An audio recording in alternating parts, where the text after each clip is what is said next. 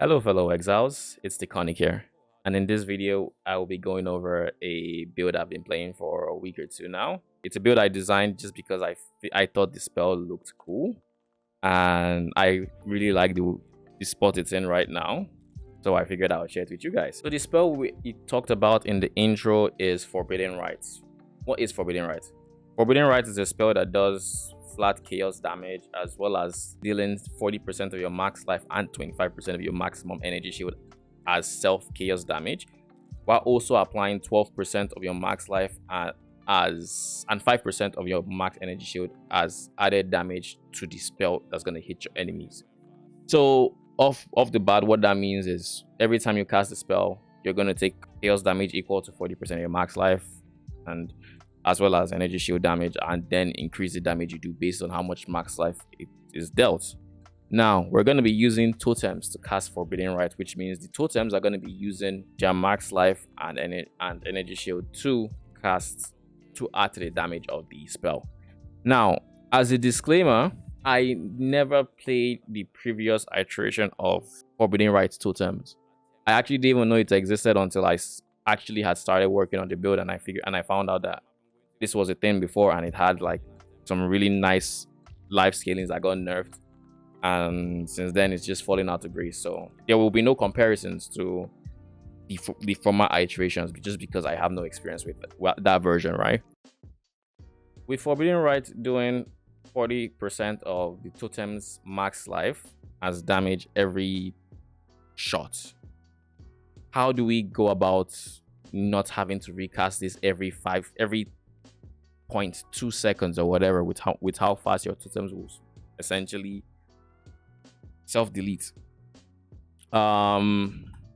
We make use of two medium clusters, and as such I wouldn't recommend switching to Forbidden Rite totems if you're leveling with this until you get these two medium clusters. What are the two medium clusters I'm talking about? It's going to be totem damage, 12% totem damage medium clusters, and we need two ancestral preservation nodes. We need these two because totems have a base chaos resistance of 20, and Forbidden Rite does self chaos damage. So trying to cap chaos resistance is going to be really good in having the totems not take too much damage from each cast. Now I know being 20 plus two of these, that equals 70% chaos 70% chaos resistance, right? So it's not capped. We're not going trying to get to 75%. But the reason we don't take 3 of these instead is because if we were to get an additional ancestral preservation node, what would happen is essentially we would gain 15% physical damage reduction. We don't gain any elemental resistance because it's already capped, and we gain 5% chaos res, and I didn't want to spend so many points just getting 5% chaos res and 15% physical damage reduction when I can spend 1 point here to get the physical damage reduction and life. So this is why we do not cap it at 75. We just leave it at 70%. So who should play this build? The people who should play this build are people who like totems, people who like chaos damage. If this is your archetype, if you are looking for something new, something different, this is definitely good. So with all that covered, let's go into the POE. So like I said, this build does not really struggle with damage. We don't need chaos res, like I said. First and foremost, I'm going to explain why we have double Kikazaru. I'm going to explain why we have Forbidden Taste in our local version. I'll just switch over to that for now, but just know I'm going to explain everything. First and foremost, you might think, why are we going double Kikazaru? We can get what we need from Kikazaru by doing other things. And you'd be right. People mostly get Kikazaru because they want reduced curse effects, and this is true. We want reduced curse effect. Why do we want reduced curse effects? Because with the Soul Mantle, when a totem dies, and replacing a totem, by the way, counts as it dying. So we're gonna have a lot of random hexes inflicted on us because we are gonna keep summoning totems. You're gonna die. We're gonna replace them.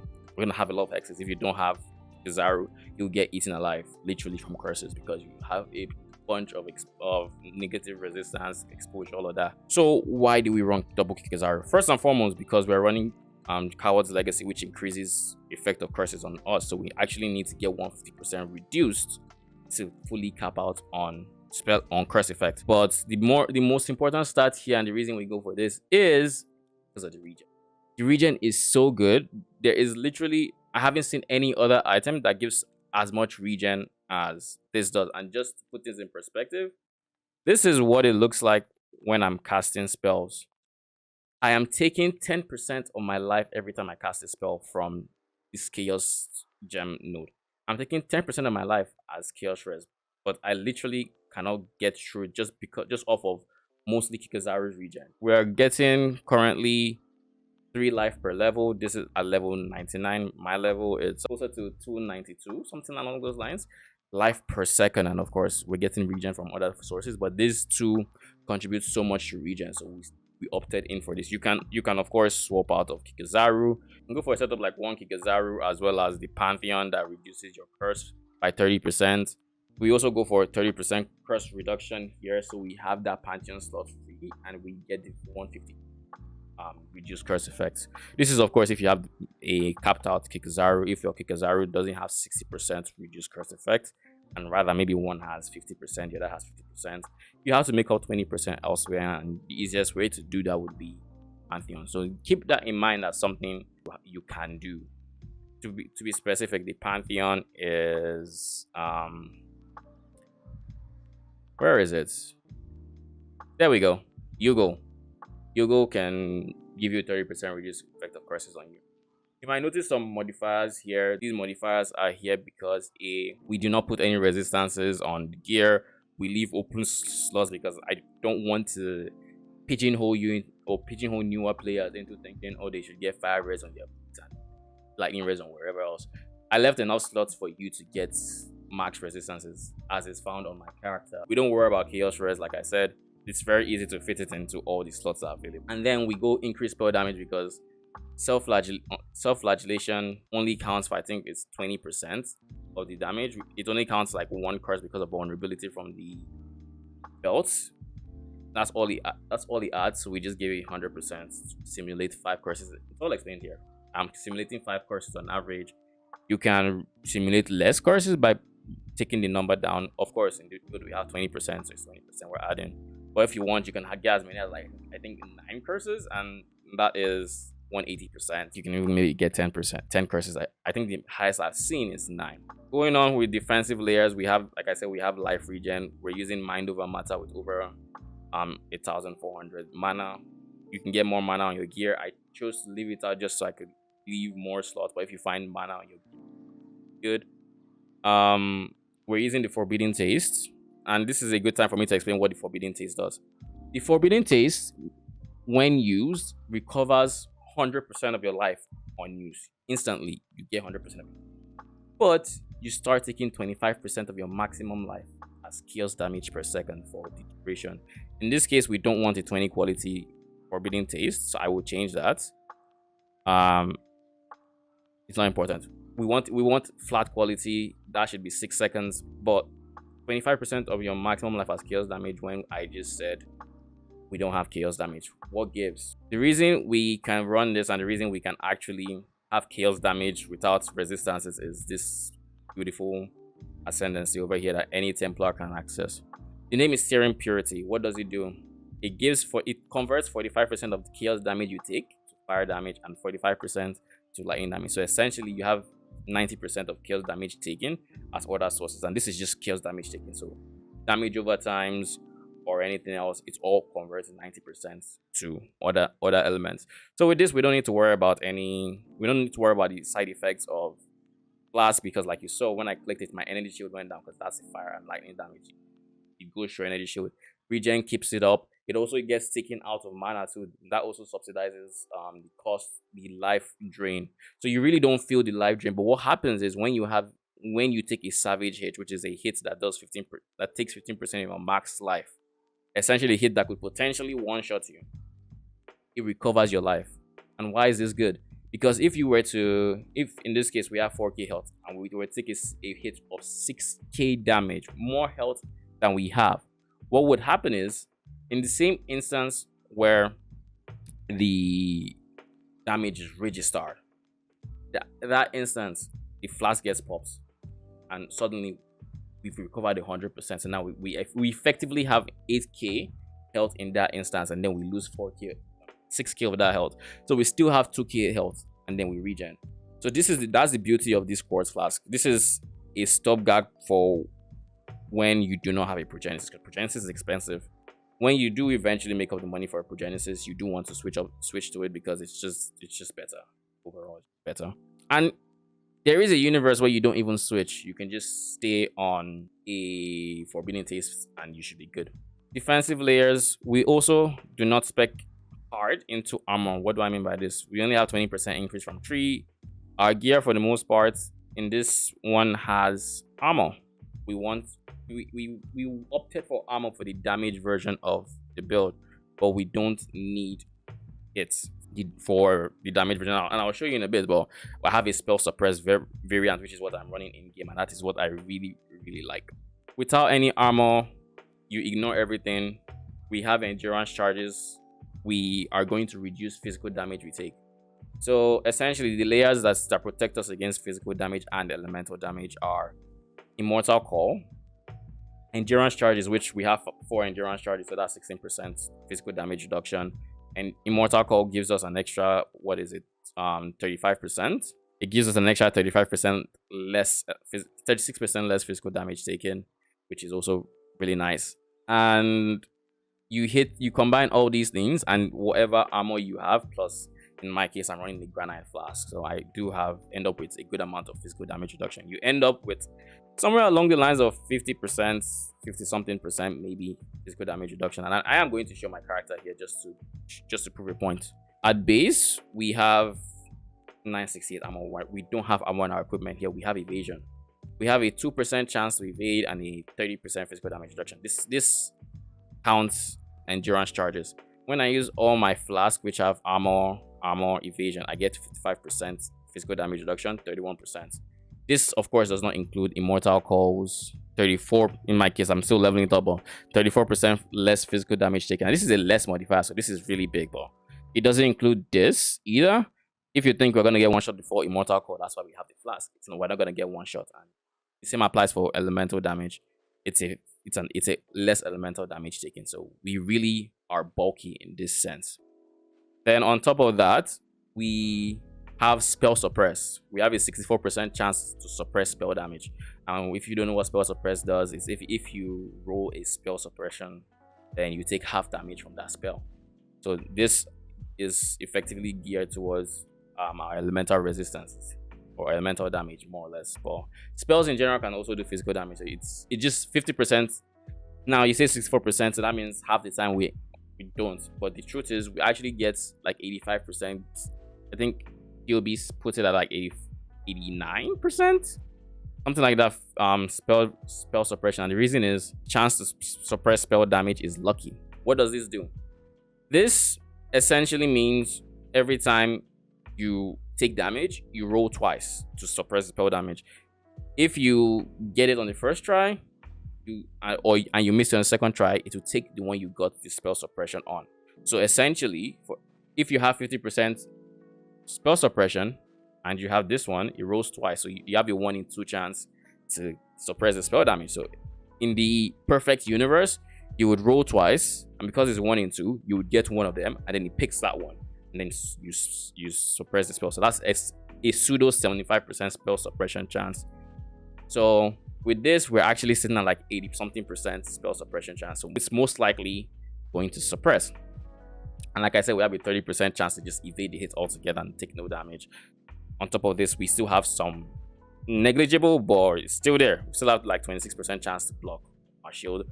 We have a lot of small layers that add up to becoming a very big defensive layer from just dying, essentially. And this is also not even including the fact that you have totems. These totems taunt when you summon them, and they're going to be between you and the enemy. And with the nodes we take, they also taunt. without hit. So this is just something to keep in mind, that they will also taunt while they're still up, but just know they are body blocking, and this is like one of the most important defensive layers, just playing around your totems. So on top of all that, we have totems. Going over to the skill section, we are looking at forbidden rites. This is just standard linking. Before you have your soul mantle, keep in mind you will need to have a spell totem support, but once you get a soul mantle and it comes with the spell totem support, then you can have a different support gem. Keep in mind, forbidden rites, we want to keep it at level 30. We can have it to go to 31, but in the ideal universe, other sources get it to level 30. Once we get it to level 31, then we swap out of added chaos damage to take it back down to 30, and power charge on crit, because this is more damage than awakening chaos damage when you're on level 30 instead of going to 31. If you are on 29 going to 30, do not switch, stay on added chaos damage. You want to be on, you do want to still be 30 at least. Vow Clarity, we use this when Mind Over Matter empties our mana bar from taking damage or anything else, or just from casting spells. It's really nice to have your skills cost no mana for like 10 seconds. It feels really good. For the defensive skill, we have Immortal Call, and your Immortal Call reduces elemental and physical damage taken, so we are trying to have that up as much as it can be while it is proc. So we're using an anomalous cast when damage taken, which increases skill effect duration. We have increased duration supports. This maxed out, we're trying to give it as much duration as it can be while it is currently on us, just because if it's casted, it means we're currently taking damage. Then we have shield charge for mobility, despair, reducing their chaos res, therefore increasing our damage. Flame dash, I use this to get over walls, ledges. You can decide to remove it. It's preference, but I like flame dash being there. Zealotry, we have this attached to eternal blessing, so it doesn't reserve any mana. Because it doesn't reserve mana, we have more mana to work with in Mind Over Matter and just regular mana usage. Wither Totems, most important side spell. This applies Wither. What does Wither do? Wither makes the enemy take more chaos damage. 6% increased chaos damage per stack to be exact, and it stacks up to 15 times. This gives us a 90% increased chaos damage taken on the enemy at max stacks. But when you add this to the corruption node, then we're looking at a 7% per stack and a 105% total when fully stacked. So if you ever face a unique or rare mob that's tanky, you want to drop at least 5 forbidden rite totems and 1 wither totem, and then the spirit, and that should easily do the work. So in the way of offenses, what are the biggest spikes you would have following this build? This is in no particular order of importance, but these are your damage spikes. Essentially, these are what you should be gunning for if you're following this build. First and foremost, you want to have Pain Attunement and a Coward's Legacy. This is a lot of damage. This is 30% more spell damage modifier. This is really good. This is really big. But keep in mind, once you're switching over to this, you should have 150% reduced effect of curses on you, for whatever means you want. If you choose to run double Kizara like I do, you can do that. If you choose to run a rare ring that has reduced curse effect, you can do that. You have a lot of options to go for it. You can have jewels that have effect of curses. If you're looking for a free jewel slot, there is one here, though you would have to sacrifice some points to get there. This is a good damage spike. Another is when you get your Rain of Splinters. The moment you get your Rain of Splinters, you can spec out of volley. You want to use volley up until you get your Rain of Splinters. When you get Rain of Splinters, you remove volley and you take awaken added chaos damage. Now you keep awaken added chaos damage until you hit level 30 or 31 with forbidden rites. Right now we're getting 32, so we do not need the +1 level here. This is why power charge on crit is more damage now. We are not gonna gain power charges from totems hitting. Keep in mind, you will not gain power charges this way. However, you have 4% more damage per power charge on you, and we currently have 5 power charges, and we're gonna have 5 power charges. So that's essentially 20% more damage multiplier at this stage. So up until your forbidden rite hits level 30, you want to keep trying to scale its level, so you want awaken added chaos damage. Well, this is also another spike to keep in mind. Self-flagellation is pretty good. With self-flagellation, every additional curse you get, which you will get with Soul Mantle, is a 20% increased damage. So you can spam totems at the start of boss fights or wherever else you need big damage for, and you would essentially have a lot of damage.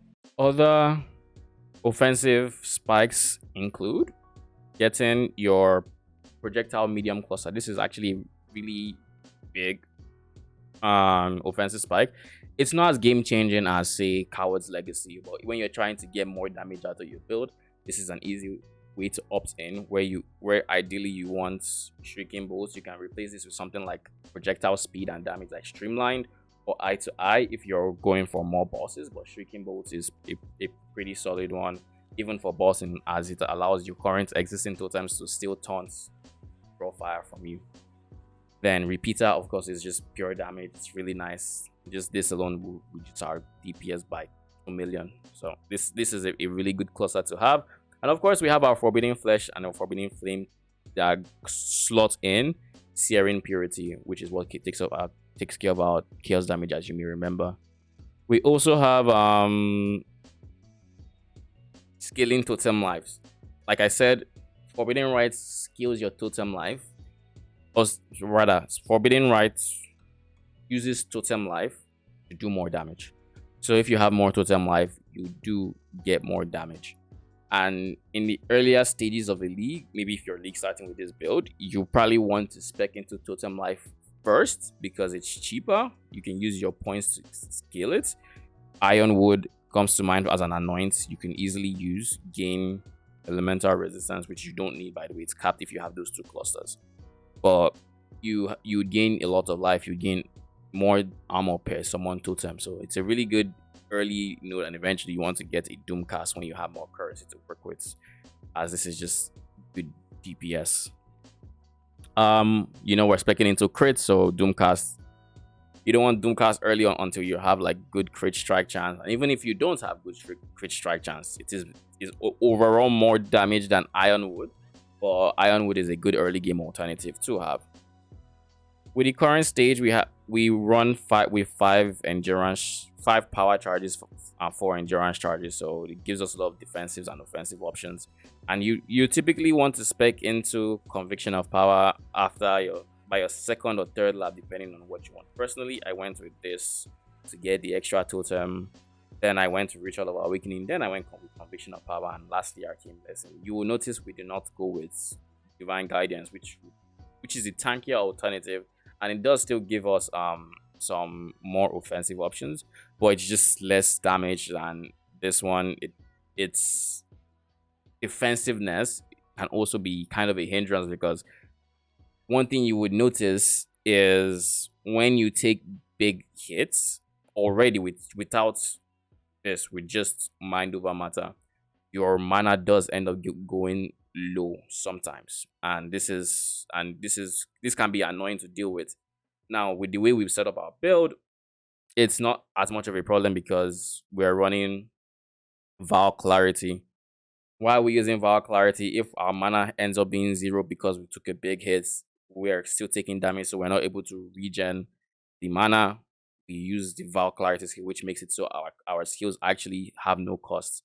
Then we're able to drop totems, which would then taunt the enemy and get them off of us so we can actually regen mana. This is just very nice quality of life. We are not running auras that are reserved because we want to keep our mana available, so it's that defensive layer. And so we actually can cast spells, if that makes sense. We also do not want to run Eldritch Battery alongside Mind Over Matter. So it doesn't make sense to reserve too much mana either.